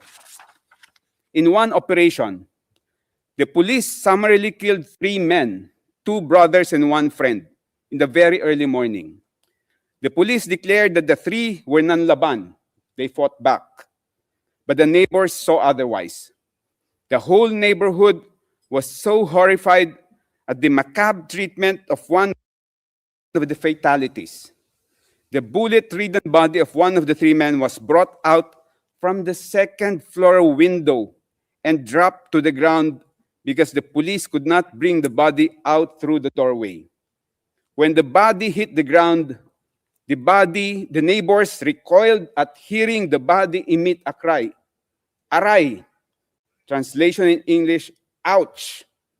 The man was still alive when his body was thrown to the ground, and the police just left him to bleed to death. The trial will hold a mirror to the police force and compel them to see how they were turned into executioners and assassins, and their organization transformed into a gigantic criminal organization or turned into a killing machine by Mr. Duterte. The Philippine National Police and the drug enforcement agencies have not made any initiative to purify the corrupted minds of their officers and personnel, to our knowledge. The trial in this case will be a tremendous teaching opportunity that can work to rectify the warped and depraved minds of Philippine security officers. The charges need to be confirmed, Your Honors, for the sake of the entire country, which has been desensitized or made numb by the massive incidents of impunity and the glorification of impunity promoted by Mr. Duterte. The whole Philippines needs to know the real story during those bloody years. There has been no opportunity for the entire country to really find out the whole truth of what happened. It has been hush-hush, tidbits of sporadic news, and always drowned out by trolls who mass produce and broadcast false, fake, and fabricated news. The victims also attach a very important historical significance to this case. If the chamber confirms the charges, the trial proceedings will produce a historical record of the most bloody period of post-war Philippine history, a duty that the Philippine justice system has refused to perform. The historical account on the mass murder of so many Filipinos during the Duterte regime needs to be accessible to our future generations, just like the Nuremberg trials and the Tokyo trials, so that they will learn from it and not repeat the same mistake of selecting and glorifying leaders who preach and practice impunity. The prosecution has presented 78 instances of murder and attempted murder clarifying that these incidents are only representatives of the extent of the crimes committed against thousands of civilians, Your Honors. The victims beseech the Honorable Chamber to remember that Mr. Duterte's bloody rule, both in Davao City and nationwide, resulted in as many as 30,000 victims of killings, more than 300,000 victims of arbitrary imprisonment, and unaccounted numbers of victims of torture, sexual assault, and other forms of crimes against humanity. For many families in the Philippines, the charges brought for confirmation in these proceedings represent only a fraction of the reality the victims have endured. The victims beseech the Honorable Chamber to remember the hundreds of thousands of victims are banking on vicarious justice from this case. Finally, Your Honors. Excuse me, Counsel, you have 5 minutes left. Thank you. Finally, Your Honors, the victims wish to humbly underline that what is ultimately at stake in these proceedings is the supreme of all forms of human rights, the right to life. The right to life is the very foundation of every civilized society. The ancestors of every nation fought against invaders, colonizers, despotic monarchs, and fascist leaders in order to secure the right to life of their families, their communities, and the future generations. The heroes of every country sacrificed their lives to defend the right to life of their people. We as citizens of modern societies are inheritors and beneficiaries of the sacrifices of our ancestors who bequeathed to us the right to life. We owe it to them to defend the supreme legacy for our generation and for the generations to come. For the past few years, Your Honors, we have seen an increasing number of nation leaders who time-traveled from the Dark Ages and now swagger in modern times as if they own people's lives. These brutal and cruel leaders must be held to account for their brazen disregard of humankind's right to life.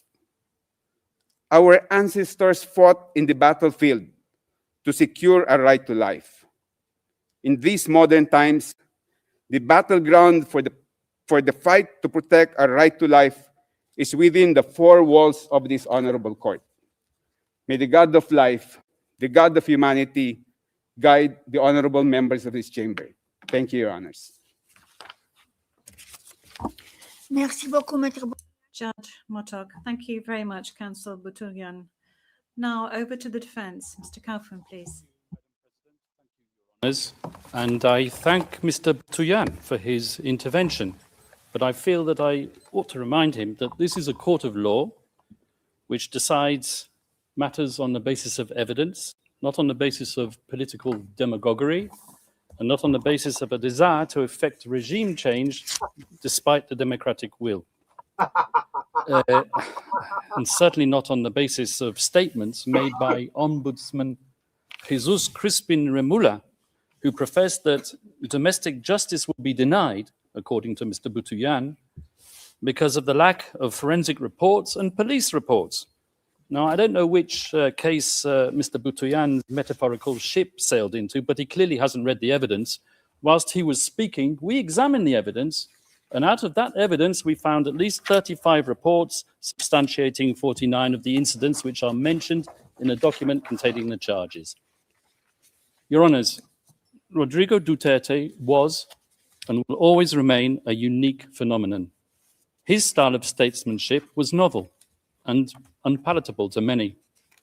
His expletives and hyperbole grated, while his honesty and wild popularity irritated. He spoke openly, from the heart, sincerely and truthfully. And what a contrast between him and his successor in the Malacanang. For President Rudy, his word was his word, and the people knew it. For President Bongbong, his word is for the wind, and the people will not forget it. Let me remind everyone of the letter which President Ferdinand Marcos Jr. signed, it's on the screen, and in which he gave a cast iron undertaking that his government, and I quote, will not assist the ICC in any way, shape, or form.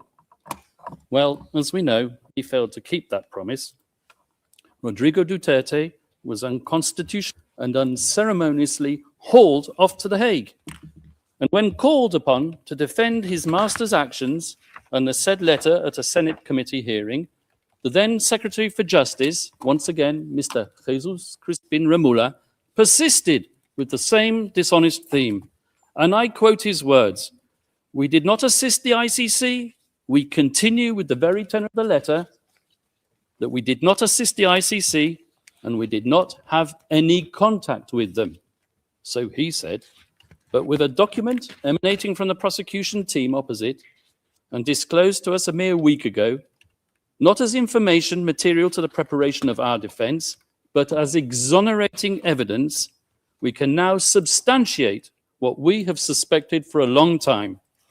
The document comprises a transcript of a telephone call covertly recorded between 4 parties who cannot be mentioned in public, and one of these parties was boasting about how he was acting as the silent partner of President BBM, managing a scheme to funnel witnesses to this court while all the time ensuring that he could guarantee President BBM's plausible deniability. So it is indeed the defense case that President Ferdinand Marcos Jr. set out to neutralize Rodrigo Duterte and his legacy. Yes, Mr. Deputy Prosecutor, I used that legendary word, neutralize, so central and so essential to your case theory, because you know just as well as me that I'm using the term metaphorically. And now I turn to the substance of the charges, but before I do, a word or two about the geopolitical context. The scourge of illegal narcotics is not unique to the Philippines. As we all know, it afflicts Latin America, where I can name 3 countries where the death rate at the hands of vigilantes and law enforcement agents per capita population is higher than it ever was under Duterte. And as you should know, and you will hear from the prosecution, at any rate, the Philippines as a country is uniquely positioned to act as a transit hub for the trafficking of narcotics emanating from the cartels in China. And with or without Duterte, so we argue, the death rate would have kept on rising. Indeed, as we will prove with statistics and reports, the death rate flowing from narcotics-related crime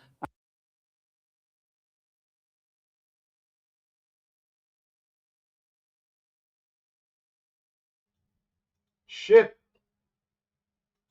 What the fuck? What the fuck? Hoy! actually increased after Rodrigo Duterte left power. And where, I ask you, has the International Criminal Court been styled that Rodrigo did anything? The totally lawful Duterte campaign against illegal drugs and their suppliers took place when his administration was... What the fuck? What the fuck? Putang ina. Gurgur, ginugurgur na tayo. What the fuck? Ay, shit. drugs and their suppliers took place when his administration was... What the fuck?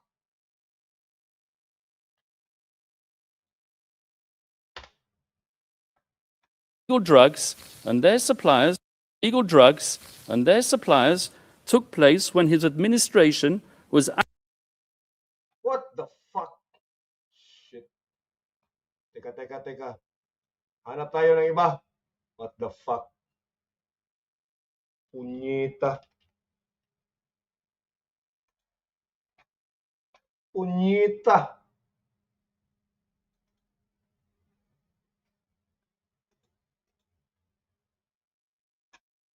What the fuck? Nagurguro, putang ina. Walang hiya talaga tong punyetang Bullshit.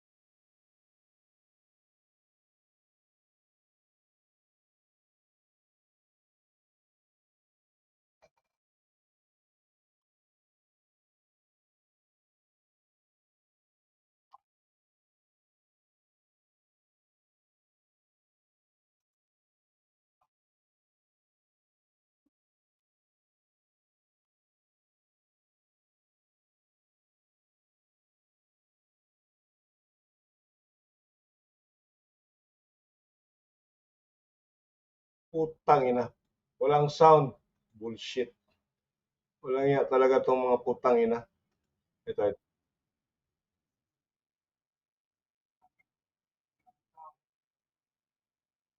Walang iya.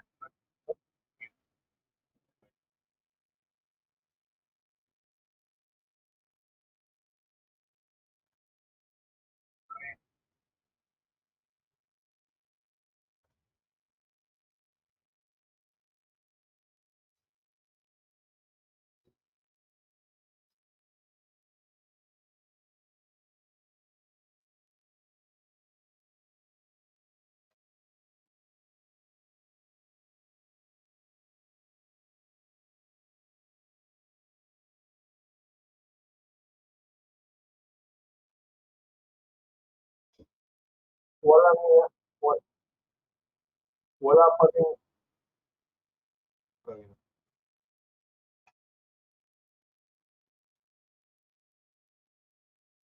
Wala pa rin sound, no?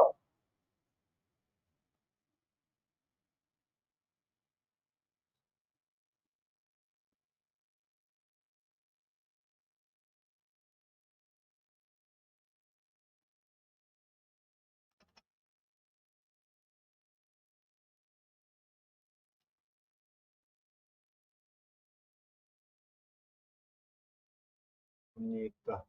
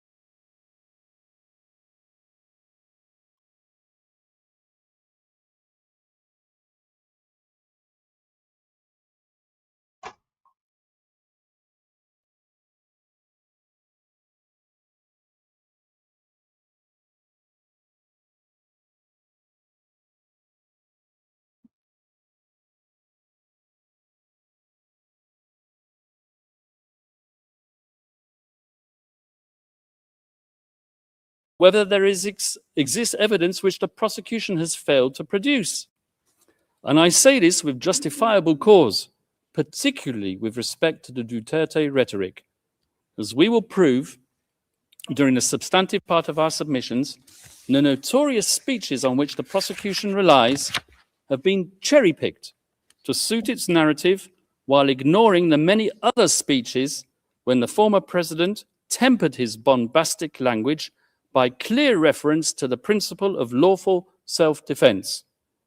We, the defense, have read as many of these speeches as we can find.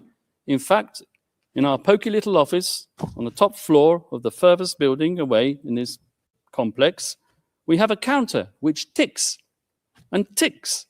And whenever we come across a speech which contradicts the prosecution's murder theory by reference to self-defense, we give a cheer, and the counter goes up once more, and we celebrate one more nail in the coffin of the prosecution's case theory. As the statistics stand as of today, in contrast to the 20 speeches on which the prosecution relies to prove incitement to kill, we have found 35 more which say the complete opposite. Let me give you 2 examples from the very speeches that the deputy prosecutor himself cited today. Yun! Let's refer first of all to the famous Pietà speech, which the deputy prosecutor referred to. So this is what the deputy prosecutor said. Those of you who are still sober, those who haven't tried illegal drugs, if you don't want to die or get hurt, don't rely on the priests, including human rights advocates. They won't be able to prevent deaths, and so it goes on. But if we look further on in the very same speech, something which maybe the deputy prosecutor didn't do, this is what he had to say. To our police officers and other officials, do your job, and you will have the unwavering support of the office of the president.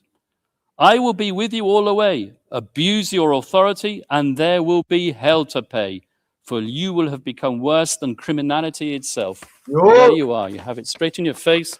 Pepso, exonerating evidence within what is claimed to be the prosecution incriminating evidence. I won't take up my time by showing you the second speech, but there is one. If I have time at the end, I will show it to you. Ang galing. So if you add to that another 10 speeches out of the 20 speeches on which the prosecution rely in its document containing the charges, after all, we are in a court of law and we rely on evidence. And what is the evidence that's produced of these speeches? 20 of them.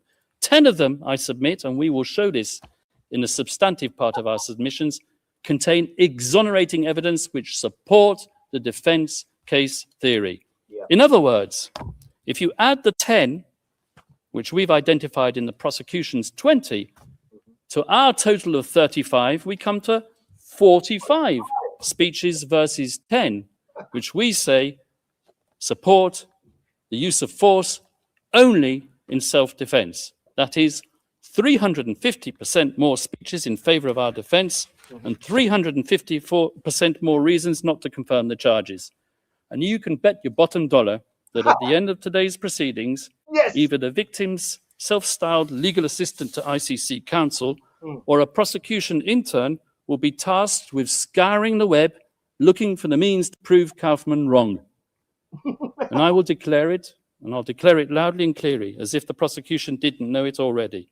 It's not enough to state that since the former president made those extremely inflammatory statements and deaths occurred, that he must, as a matter of course, be criminally responsible for those fatalities. At this stage of the proceedings, the prosecution needs to show substantial grounds to believe that the former president actually desired and foresaw that people would be killed as a result of his incendiary language. For the prosecution to assert that Rodrigo Duterte hoped for deaths to occur or was recklessly indifferent as to whether deaths would occur, which he was not, that's insufficient.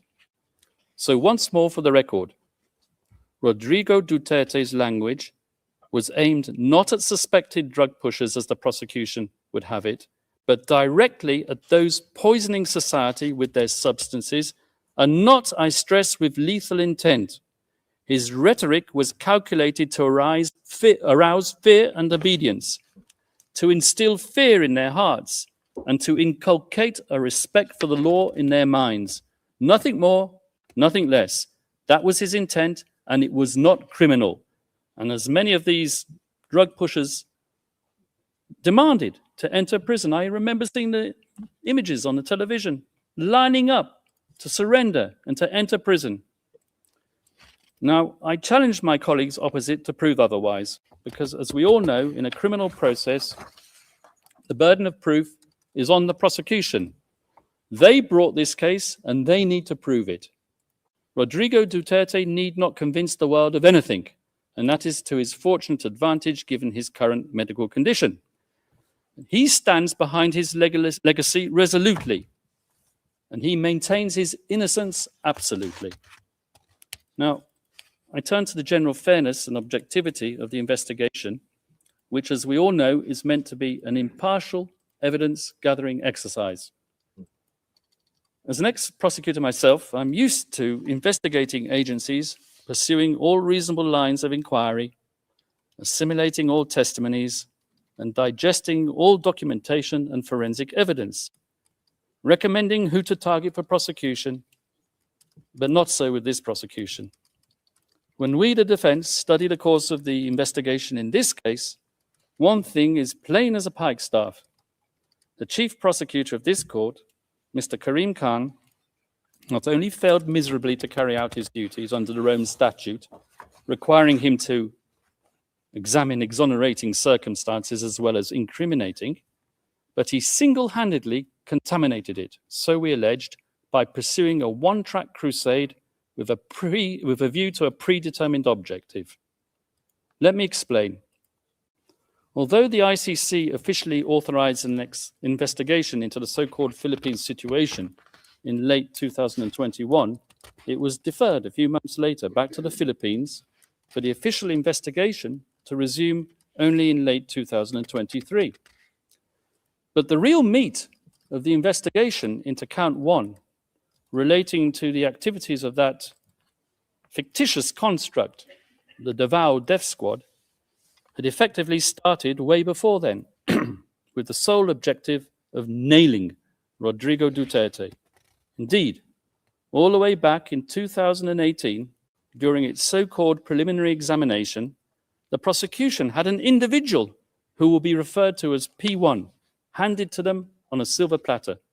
This P1 had been interviewed at an earlier date by none other than Chief Prosecutor Karim Khan, in his former capacity as a private lawyer, and the self-professed lead. Shit.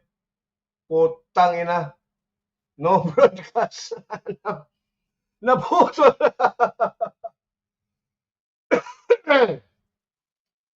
Okay. Waiting for retransmission. Putang ina. What the fuck sa kabila? Meron pa ba sa kabila? Meron pa sa kabila, oh.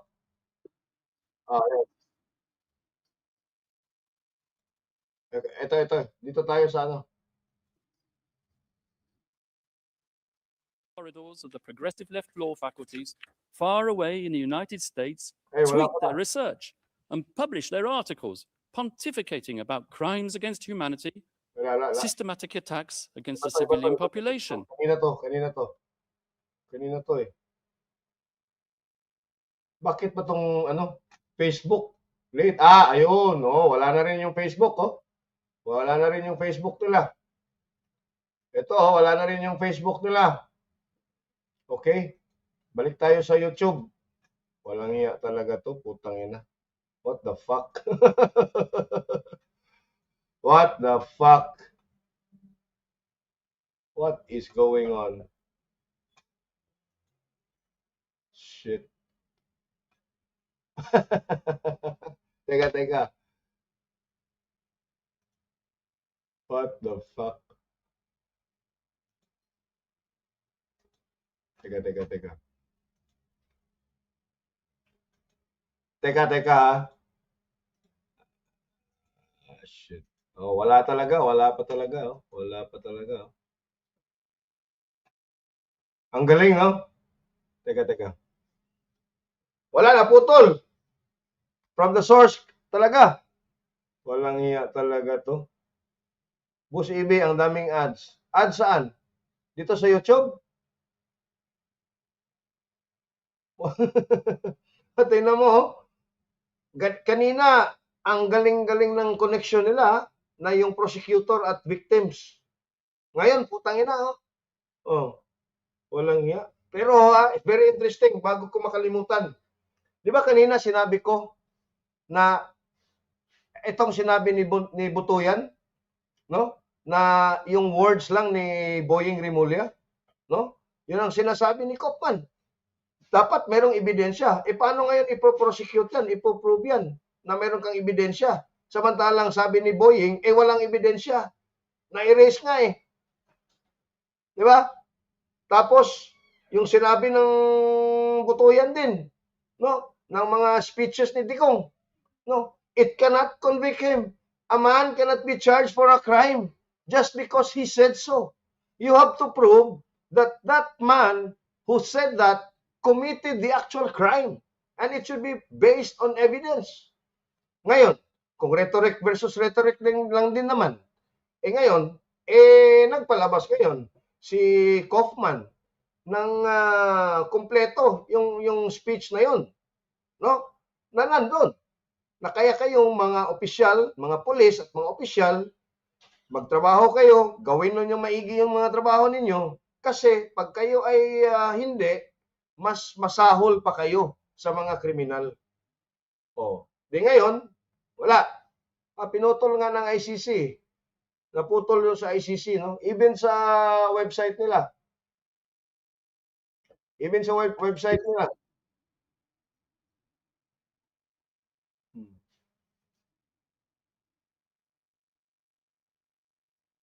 Investigation that he had supervised.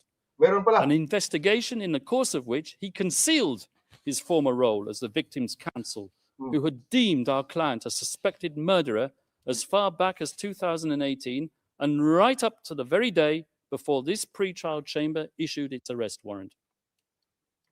Your Honours, over the next few days, we hope to convince you of the wholly insufficient nature of the evidence against Rodrigo Duterte. We will show you that the paltry number of speeches on which the prosecution rely do not manifest criminal intent. We will also convince you that as hard as they tried, the prosecution's investigators couldn't get even one of its criminal cooperating witnesses, whose reliability is next to zero, to admit that they heard the former president, Rodrigo Duterte, give an order to kill at any time relevant to the charges, or with respect to any of the incidents. And we hope that when you conclude your deliberations, Your Honours, that you will dismiss these grievously misplaced and politically motivated charges. We will ask you to send Rodrigo Duterte back to his family, and we will ask you to give back to the Filipino people their Tatay Digong. Thank you, Your Honours. The presiding judge. Thank you very much, Mr. Kaufman. We shall now suspend. This is the end of initial statements, and this is the end of this morning's hearings. We will take a 90-minute break and resume at 2 in the afternoon. Thank you very much. Okay. All right. So, yun na yun. Magbe-break sila ng 1.5 hours, no? 90 minutes. At babalik tayo mamaya. Ako nang I will restream it mamaya yung part 3 of this today's session. Pagpupuyatan natin yan kasi may mga iba pang anuhin mamaya. But in any case, no, ang galing ni Kaufman. Opening statement pa lang yon. Pero parang nasa oral arguments na sila, no? Ano pa kaya kung may ano, no? Yung Butuyan, appeal to emotion lang, no? Biro mo, sabi niya, i-confirm niyo yung charges kasi we will prove, no, sa ebidensya namin at sa witnesses namin. Putang ina, ba't hindi niyo pinasok dito? Doon sa ibig sabihin, no, while going on ang trial, saka pa sila maghanap ng mga ebidensya. At ang galing din ni Kaufman, ha? Ang galing ni Kaufman. Nalatag talaga niya. Mamaya pagbalik natin, dito tayo sa ICC site mismo, di sa YouTube at sa Facebook kasi napuputol doon eh. Dito na tayo sa website nila. Ito yung kinuna natin kanina. Pero I'm quite happy with the developments now. I'm quite happy with how Attorney Kaufman handled his opening statements. I'm pretty sure mayroon pa. Ang galing, magaling. Ang galing. No? Napakagaling na abogado talaga.